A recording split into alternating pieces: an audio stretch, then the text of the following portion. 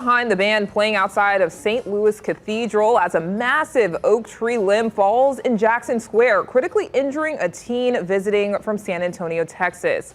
An attorney at Morris Bart says he filed a lawsuit against the city and other agencies who might have been responsible in the tree branch collapse. Andres Fuentes has the latest details.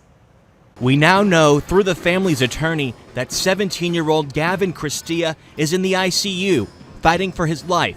Lawyers say his family has been right by his side after a large limb from a nearby nearly 100-year-old tree in Jackson Square fell right on his head.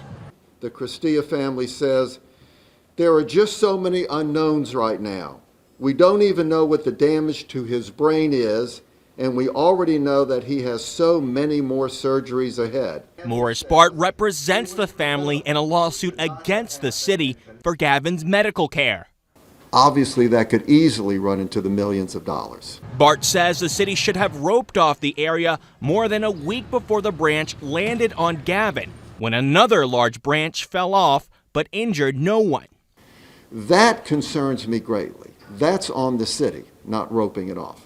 The lawsuit is also against Arbor Pro, which Bart says was supposed to have done an assessment of the trees back in 2020, Bayou Tree Service, which is responsible for trimming the city's trees, and Smith Construction Company, which Bart said completed a project next to the tree, which might have led to its decay.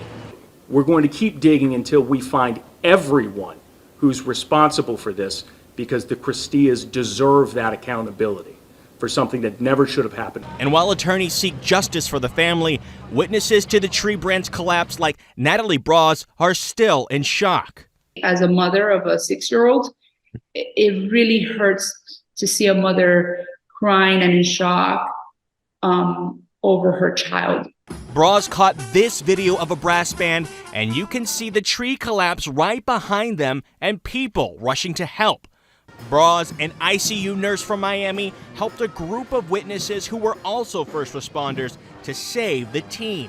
Like, as I was providing compressions, believe me, it was like my heart was just hurting. And my body just I had this sensation of overwhelming sensation. One of the most traumatic experiences of my life. I would say top 3. Braz says the incident scarred her, but doubts Gavin and his family will ever be the same. And given that he